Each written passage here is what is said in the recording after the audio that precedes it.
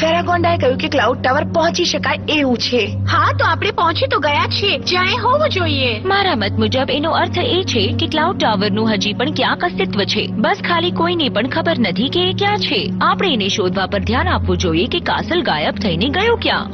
ઠીક છે, તો પછી ચાલો શરૂઆતથી શરૂ કરીએ. વેલ્ટોરે કેસલ પર જાદુ કર્યું અને એ ગાયબ થયો. જો આપણે એ શોધવું હોય કે શું બન્યું હતું, આપણે જાદુ તોડવો પડશે. એવું કરવા માટે આપણે એ જાણવું પડશે એણે કયો જાદુ વાપર્યો છે. શું એ નેગેશન જાદુ હતો કે પછી ટ્રાન્સપોર્ટ જાદુ હતો, અથવા તો એણે બસ કિલ્લાને બીજા કશકમાં બદલી નાખ્યો હશે. કદાચ વેલ્ટોરે ક્લાઉડ ટાવરને ખસેડ્યો જ ના હોય કે ના એનો નાશ કર્યો હોય. કદાચ એણે ફક્ત એના પર એક આવરણ મૂક્યું હોય. એટલે કે તેણે અદૃશ્ય કવચમાં એને મૂક્યો હોય અને એનો ઉપયોગ કેસલને છુપાવવા માટે કર્યો. તો પછી એ શોધવું તો એકદમ સહેલું છે. વિંગ્સ એન્ચેન્ટિક્સ.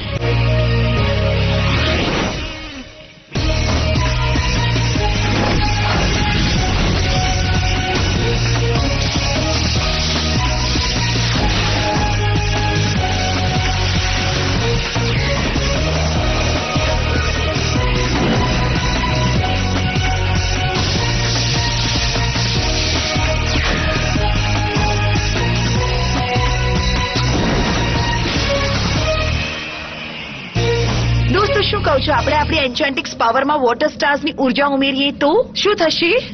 સારો આઈડિયા છે.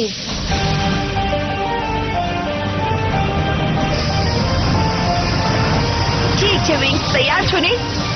એન્ચેન્ટિક્સ પાવર, મહત્તમ નિયંત્રણ.